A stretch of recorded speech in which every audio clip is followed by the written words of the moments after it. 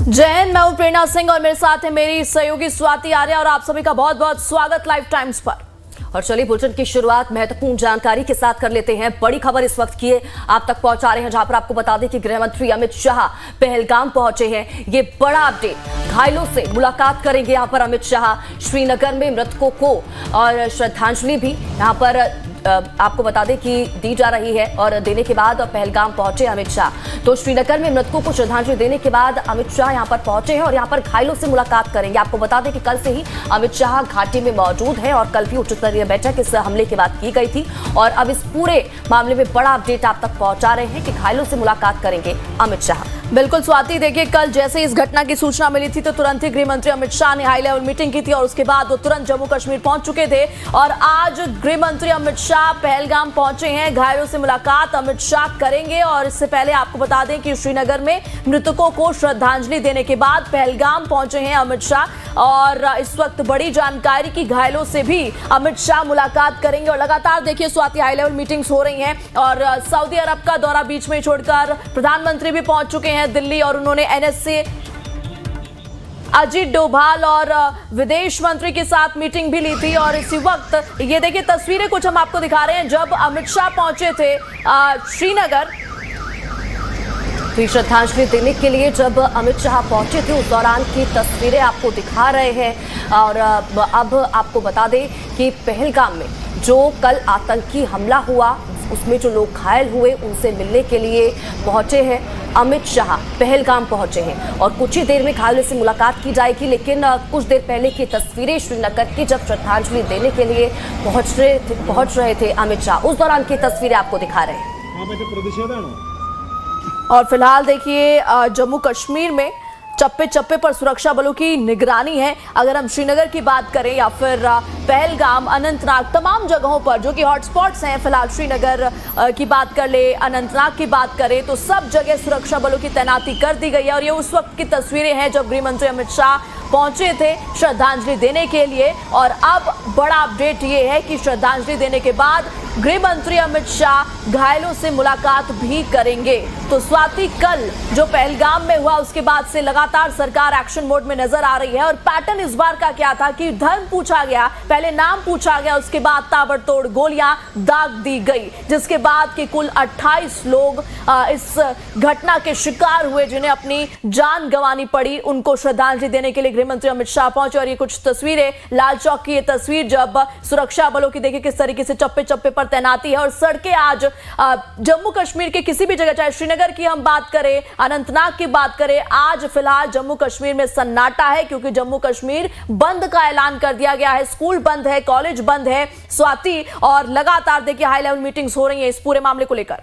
बिल्कुल सही कहा प्रेरणा आपने, क्योंकि धारा 370 हटने के बाद, पुलवामा के बाद ये अब तक की सबसे बड़ी आतंकी घटना है जो अंजाम दिया गया है आतंकियों की तरफ से। इसका मुंह तोड़ जवाब किस तरह से दिया जाएगा, लेकिन देखिए उसको लेकर तो रणनीति एक तरफ बना ही जा रही है क्योंकि प्रधानमंत्री नरेंद्र मोदी एक तरफ सऊदी अरब के दौरे को बीच में छोड़कर वापस लौट आए हैं। आते ही उनकी तरफ से बैठक की गई अधिकारियों के साथ और इस बीच कल से ही जो मौजूदगी अमित शाह की वो घाटी में है। कल भी हाई लेवल मीटिंग की गई थी, आज श्रद्धांजलि देने के लिए भी पहुंचे अमित शाह और अब देखिए पहलगाम पहुंचे हैं और यहाँ पर घायलों से मुलाकात वो करेंगी।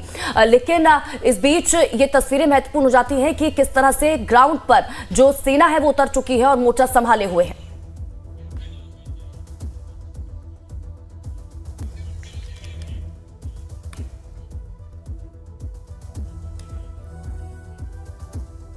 और इसी बीच हमारे साथ स्पेशल गेस्ट जुड़ चुके हैं योगेंद्र यादव जो कि परमवीर चक्र विजेता है। सर, आपका बहुत बहुत स्वागत लाइव टाइम्स पर। लेकिन कल जो हुआ पहलगाम में, अगर हम पैटर्न की बात करें तो घुसकर ताबड़तोड़ धर्म पूछा गया, नाम पूछा गया और जब देखा कि हिंदू हैं तो ताबड़तोड़ गोलियां चला दी गई। ये 26/11 वाला पैटर्न है सर, और पाकिस्तान की तरफ से अभी कोई जवाबदेही नहीं आई है, कोई रिएक्शन नहीं आया है। आईएसआई वाला पैटर्न है और जो टारगेट लोकेशन चूज किया गया, ऐसा लोकेशन जहां पर कोई ट्रांसपोर्ट नहीं जा सकता, पैदल जाना है, खच्चर की मदद लेकर जा सकते हैं। किस तरीके से सर आप इसे देखते हैं?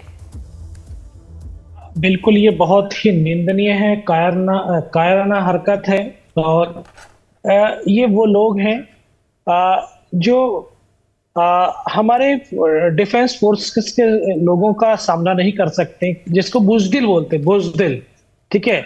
अगर तुम इतने ही बड़े हथियार चलाने वाले हो तो हमारी डिफेंस फोर्सेस के जवानों के साथ में आमने सामने आओ ना।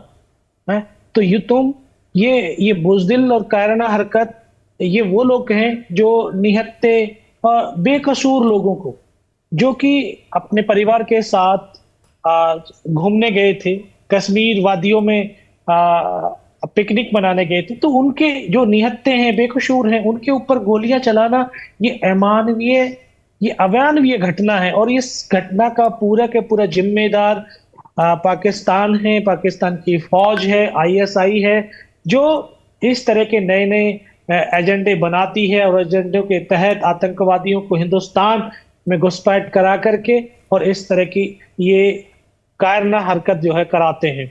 ये नए नए पैटर्न अपना रहे हैं। अभी हिंदू और मुस्लिम के जो है पैटर्न अपना दिया है कि नाम पूछो, धर्म पूछो, गोली मार, ताकि एक नया खेल खेला जा रहा है।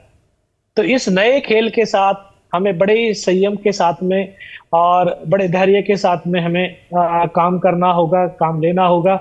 और ये सुनिश्चित है, ये देश को मैं आपको बताना चाहता हूं कि भारतीय सेना, भारत अपने इन नागरिकों का बदला जरूर लेगा और बहुत जल्द लेगा।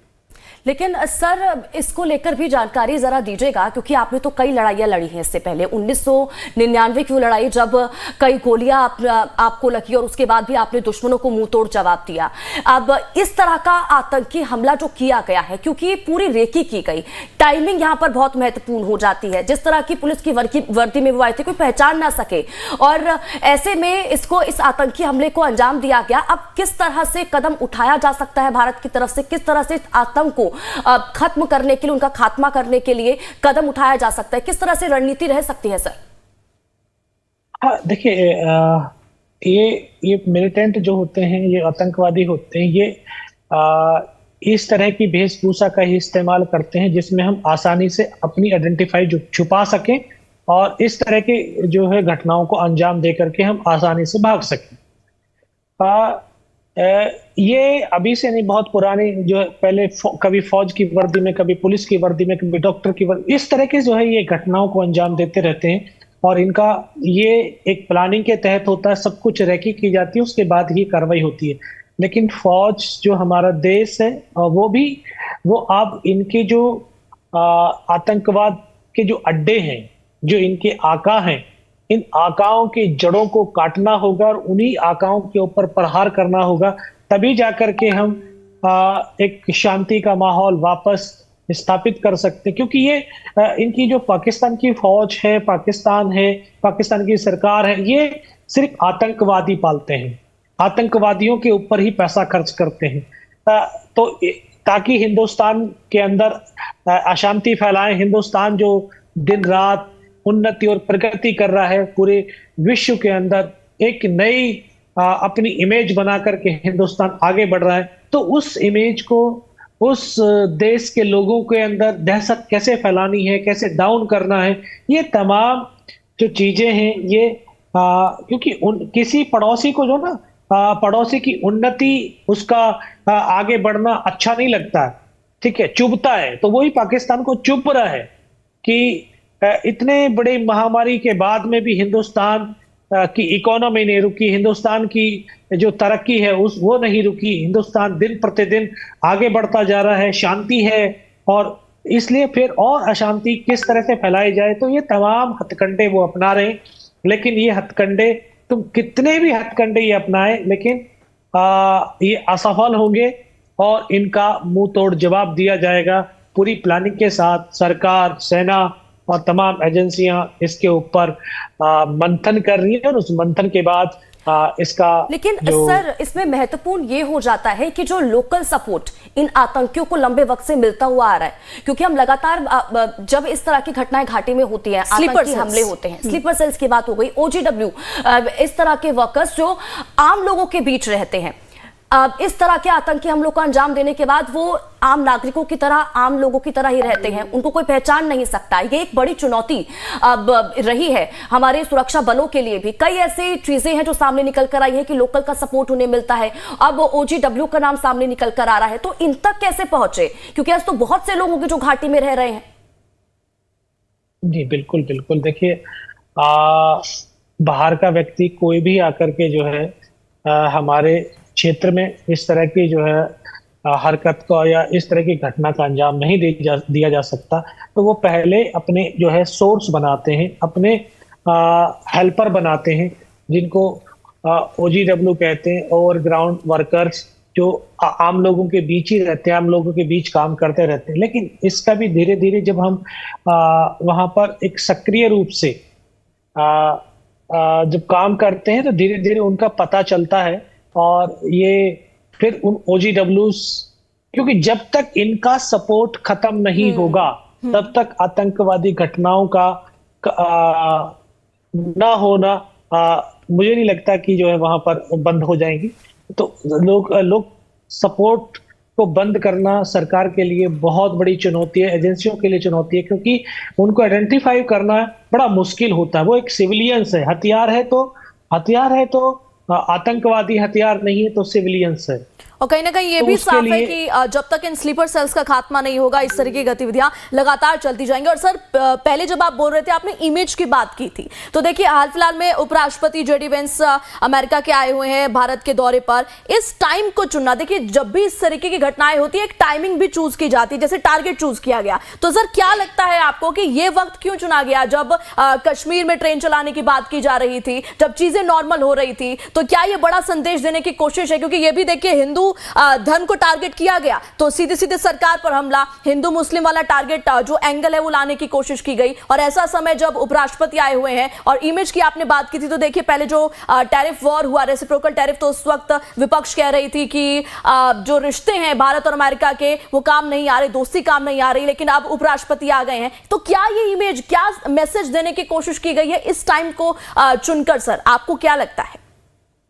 हाँ बिल्कुल, जो है देखिए विश्व स्तर के ऊपर हिंदुस्तान की एक अलग छवि बनी है।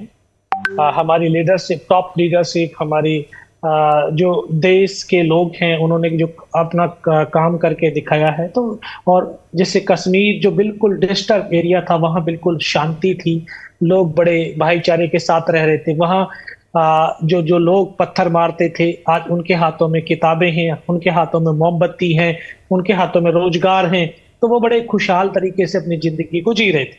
लेकिन अब जो पाकिस्तान के जो उपराष्ट्रपति यहाँ पे आए हुए हैं, जो बड़े बड़े मेहमान दोस्त यहाँ, तो उनको ये दिखाना चाहते हैं, उन्होंने ये टाइमिंग इसलिए किया कि यार ये जो हिंदुस्तान है, ये पूरे उसको, विश्व को, बड़े देशों को ये जो दिखा रहा है कि उसमें कश्मीर में शांति, आतंकवाद नहीं है, कुछ नहीं है, ये नहीं है। तो उन्होंने ये दिखाने की कोशिश करी है कि नहीं, हम ये यहाँ पर कश्मीर के अंदर आतंकवादी घटनाएं हो रही हैं, और इस तरह के जो है बेकाबू हैं ये हालात, कश्मीर के लोगों के ऊपर अत्याचार किया जाता है, तो ये आतंकवादी, इस तरह के, ये इन्होंने उस तरह की इमेज इस कश्मीर के प्रति भी जो हमारे मेहमान विदेश मंत्री वो विदेश के आए हुए हैं, उनके सामने ये चीजें, इमेज दिखाने की हिंदुस्तान को कोशिश की गई है कि हिंदुस्तान में उथल पुथल है, हिंदुस्तान में कोई इस तरह की शांति नहीं है। लेकिन बट पूरा विश्व देख रहा है कि हिंदुस्तान बड़े आंतरिक रूप से शांत है और शांति है, और उन्नति और प्रगति कर रहा है। और देखिए पहले जब पुलवामा अटैक हुआ 14 फरवरी को, तब सर्जिकल स्ट्राइक से जवाब दिया गया। अब पहलगाम में अटैक हुआ है और इसमें धर्म का बड़ा एंगल आ गया। क्या लगता है सर, जैसे मीटिंग हुई NSA अजीत डोभाल के साथ, जो अपने आप में बहुत बड़े एक्सपर्ट हैं इन तमाम इस तरीके के मामलों के, तो अब क्या स्ट्रेटेजी अपनाई जा सकती है आतंकवाद की जो रीढ़ है जम्मू कश्मीर में, उसको तोड़ने के लिए? बिल्कुल, इसके जो आकाएं हैं और जो इनके अड्डे हैं, शायद हो सकता है इनके ऊपर इनको नष्ट नाबूद करने की प्लानिंग की जाएगी, और उसको जो है जल्दी ही इसका अंजाम पाकिस्तान को भुगतना पड़े। लेकिन सर ये भी जरा बताइएगा, क्योंकि इससे पहले हम कई ऑपरेशंस घाटी में देख रहे हैं आतंक की सफाई की, अब इसका मुंह तोड़ जवाब देने की कोशिश अब क्योंकि देखिए सरकार की तरफ से शुरू हो गई है, हाई लेवल मीटिंग लगातार की जा रही है, पीएम जैसे ही पहुंचे उन्होंने मीटिंग की, एक तरफ कल भी हमने देखा कि गृह मंत्री अमित शाह की तरफ से मीटिंग की गई, रणनीति बनाई जा रही है कि किस तरह से इस आतंक को मुंह तोड़ जवाब दिया जाए। लेकिन आपके हिसाब से, क्योंकि हम बात कर रहे हैं लोकल सपोर्ट से लेकर तमाम ऐसे चाहे वर्कर्स की जो इस तरह से आतंकियों को सपोर्ट करते हैं, वहां पर कई इससे पहले हम छापेमारी देख चुके हैं घाटी में, उनको लेकर किस तरह से स्ट्रैटेजी अब आगे अपनाई जानी चाहिए, मतलब अपनाई जानी चाहिए ताकि ये लोकल सपोर्ट खत्म हो सके। ये लोकल सपोर्ट खत्म होगा तो आतंक कहीं ना कहीं खत्म हो पाएगा, तो इनको कैसे खात्मा किया जाए, आपके हिसाब से क्या कदम उठाने चाहिए? बिल्कुल, जो वहाँ के OGW हैं, ओवरग्राउंड वर्कर्स, उनका आइडेंटिफिकेशन वहाँ के लोकल लोगों से ही या लोकल एजेंसीज के द्वारा ही जो है उसका आइडेंटिफाई किया जा सकता है, और उसी आइडेंटिफिकेशन के बाद ये OGW है, इनका जो सपोर्ट है, लोकल सपोर्ट, इसको खत्म किया जाए, और तब जाकर के धीरे धीरे इन आकाओं तक पहुंचा जाए और आकाओं को खत्म किया जाए। तो ये एक बड़ी स्ट्रेटजी है, बड़ी प्लानिंग है, और उसका बड़े विस्तार से सारी एजेंसीज मिलकर के, चाहे लोकल एजेंसीज है, चाहे सेंट्रल एजेंसीज है, चाहे स्टेट की एजेंसीज हैं, सारी एजेंसीज मिलकर के इसका जो एक निष्कर्ष निकालेंगे जी। और निष्कर्ष निकालने के बाद में फिर इसके ऊपर कार्रवाई होगी, और कार्रवाई होगी ये सुनिश्चित है, इसमें कोई दो राय नहीं। कार्रवाई तो होगी सर, क्योंकि पीएम मोदी ने तो कह दिया है कि जो भी लोग इन्वॉल्व हैं, जितने भी आतंकवादी इन्वॉल्व हैं, उनको बख्शा नहीं जाएगा। और आपने बात स्ट्रेटेजी की सर, और आपने कारगिल वॉर भी देखा है, क्या लगता है आपको जब भी ऑपरेशंस को अंजाम देने की बारी आती है ग्राउंड जीरो पर, जब एक्शन के रिएक्शन की बात आती है, वक्त आता है रिएक्शन देने का, तो कौन सी अड़चने, हम बात करें स्लीपर सेल्स की, तो इसके अलावा और कौन सी ऐसे ऑब्स्टिकल्स हैं, अड़चने हैं जो सुरक्षा बलों को फेस करनी पड़ती हैं जब ऑपरेशन को अंजाम देने की बारी आती है सर? देखिए, एक वॉर और ये एक दूसरा तरह का वॉर है जी। उस वॉर के अंदर हमें स्पष्ट मालूम होता है कि जो है दुश्मन है, लेकिन यहाँ जब ये जो वॉर होता है, जो इंसर्जेंसी के इलाके के अंदर जो हम काम करते हैं, यहाँ पर पता नहीं होता कि मिलिटेंट कौन है, ये कौन है। लेकिन अब जो घुसपैठ अंदर हो चुके हैं, जो मिलिटेंट अंदर हैं, उनको तो चुन चुन करके ढूंढ करके मारा ही जाएगा, और मारने की कार्रवाई शुरू भी की गई है। आज सुबह 2 आतंकवादियों को मारा भी गया है, और हर रोज सेना जो है आतंकवादियों के साथ मुठभेड़ कर रही है, और आपने देखा होगा कि हर हफ्ते कोई ना कोई हमारा सैनिक शहीद होता जा रहा है। हर हफ्ते कोई ना कोई सैनिक शहीद हो रहा है इन मिलिटेंटों की, आतंकवादियों की कार्रवाइयों में। मिलिटेंट भी मारे जा रहे हैं, लेकिन अब जो सीमा पार जो इनके अड्डे हैं, जहां ट्रेनिंग सेंटर्स हैं, उनके ऊपर पुनः अभी इनका खात्मा करना, उनके ऊपर सर्जरी करना बहुत जरूरी है, ताकि कुछ दिन शांति हो। और इन इलाकाओं का अगर खात्मा नहीं होगा तो ये फिर दोबारा से कैंप लगाएंगे, फिर दोबारा से ये सपोर्ट करेंगे, फिर दोबारा से ये आतंकवादियों को पालेंगे। तो इनका जिस तरह से इजराइल ने किया ना हमास के ऊपर जी, तो पूरा तहस नहस, तो हिजबुल्लाह का पूरा उन्होंने साम्राज्य उड़ा दिया। तो ये जो ये यहाँ पर हिजबुल्लाह जो हमारे यहाँ ये आतंकवादियों के जो आका हैं, इनके ऊपर दोबारा से इस तरह का प्रहार किया जाए, और ताकि पाकिस्तान की फौज, पाकिस्तान की सरकार और दुनिया को ये पता चले कि ये 21वीं सदी का हिंदुस्तान है, इसको छेड़ोगे तो आप मिट जाओगे। बिल्कुल, और मुंह तोड़ जवाब भी उसी तरह से दिया जाएगा जिस तरह से उनकी तरफ से हमले किए जाते हैं। लेकिन सर मैं आपसे समझना चाहूंगी, क्योंकि हम चुनौतियों की यहाँ पर बात कर रहे हैं, हमने आतंकियों की स्ट्रैटेजी पिछले कई जो हमले किए गए या फिर जो घुसपैठ की जा रही है, वो हमने देखी है। बहुत आसान हो जाता है घाटी में आतंकियों के लिए कि किसी वारदात को अंजाम दे और उसके बाद जाकर जंगलों में छुप जाए, और ये एक बहुत बड़ी चुनौती है हमारी सेना के लिए। अब इन दिनों खासकर, क्योंकि कई बार हमने देखा कि कई दिन तक मुठभेड़ चलती रहती है और जो आतंकी है वह उसी इलाके में छुपे होते हैं, घाटी में, जंगलों के अंदर, और वहां पर बहुत मुश्किल हो जाता है उन्हें ढूंढना। हालांकि कई स्ट्रैटेजी हमारी सेना की तरफ से अपनाई जाती है, लेकिन उसके बावजूद भी सफल नहीं हो पाते हैं। और स्वाति, इलाके भी वही चूज किए जाते हैं जो जंगल वाले इलाके हुआ। प्रेरणा, देखा होगा आसपास जंगल का इलाका था और आतंकियों को कितनी आसानी से वहां से भागने में आसानी मिली। इस चीज को किस तरह से अब आगे इसके लिए कदम उठाए जाएंगे? अब क्या सेना को इस तरह के हथियार मुहैया कराए जाएंगे और उनको अब मजबूत बनाया जाएगा, या इस तरह की टेक्निक्स लाई जाएंगी कि आसानी से ऐसी जगहों से आतंकियों को ढूंढा जा सके, सफाया किया जा सके? हाँ बिल्कुल, देखिए ये ऐसे ही सॉफ्ट टारगेट चुनते हैं जहां ये अपने आप को घटना को अंजाम दे करके भाग सकें। तो ये ऐसे इलाकों के चूज करते हैं, टाइमिंग चूज करते हैं। तो बहुत, ये ऐसा नहीं है कि मिलिटेंट अभी एक दिन की रेकी और एक दिन का जो है इन्होंने वहां का निरीक्षण किया और आकर के घटना को अंजाम दे दिया। नहीं, ये पूरे पहले इलाके के अंदर सर्च करते हैं कौन सी जगह इनके लिए अनुकूल है, जहां ये घटना को अंजाम दे करके आसानी से भाग सकते हैं, छुप सकते हैं। तो ये घने जंगलों के बीच, घने जंगल हो वहां पर अंजाम देते हैं, या बहुत घनी आबादी हो जहां पर इनको छुपने में आसानी होती है, तो वहां ये जगह, टाइमिंग, सब कुछ ये चूज करते हैं। उसके बाद ये घटना को अंजाम देते हैं ताकि ये अपने आप को बचा सके। लेकिन फौज, देखिए, हर चप्पे चप्पे के ऊपर तो ना कोई सुरक्षा कर्मी खड़ा हो सकता है, ना कोई पुलिस वाला खड़ा हो सकता है, ना फौज खड़ी हो सकती है। हमें हर नागरिक को एक जागरूक नागरिक और एक जिम्मेदार नागरिक बनना होगा। अगर मुझे कोई भी संदिग्ध व्यक्ति दिखता है, और जो संदिग्ध व्यक्ति दिख रहा है, तो मुझे अपने लोकल जो हमारे सपोर्टिंग पुलिस है और कोई एजेंसीज हैं, उनको अगर हम इन्फॉर्म करेंगे तो शायद हो सकता है कि हम इन घटनाओं को करने से रोक सकते हैं, बचा सकते हैं अपने लोगों को जी।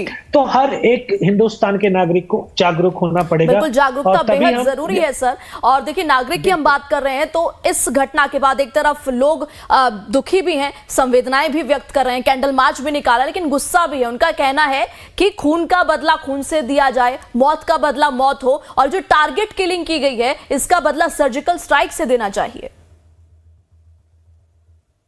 हाँ बिल्कुल, देखिए, जो गवर्नमेंट है, जो हमारी एजेंसी है, सेना है, ये सब अपनी प्लानिंग कर रहे हैं और उसी प्लानिंग के तहत जरूर आतंकवादियों के ऊपर प्रहार किया जाएगा, लेकिन वो अपने हिसाब से करेंगे, हमारे उकसाने से या हमारे कहने से नहीं करेंगे। एक बड़ी प्लानिंग की जाती है, उस प्लानिंग के तहत ऑपरेशंस को सक्सेस किया जाता है। तो जरूर अगर उसने पत्थर मारा है तो पत्थर का जवाब पत्थर से होगा, गोली का जवाब गोली से होगा। तुम एक मारोगे, हम 10 मारेंगे, ये सुनिश्चित है। चलिए ठीक है योगेंद्र सर, बहुत बहुत शुक्रिया हमारे साथ जुड़ने के लिए, तमाम बातचीत के लिए। तो देखिए क्या कुछ अब कदम सरकार का होगा, क्या कुछ स्ट्रैटेजी बनाई जाएगी, किस तरह से मुंह तोड़ जवाब दिया जाएगा, ये देखना महत्वपूर्ण हो जाता है, क्योंकि लोगों में गुस्सा है। प्रेरणा, बिल्कुल, और लगातार इस बड़ी खबर पर, जो आज की सबसे बड़ी खबर है स्वाति, लाइफ टाइम्स पर कवरेज जारी है। बने रहिए हमारे साथ।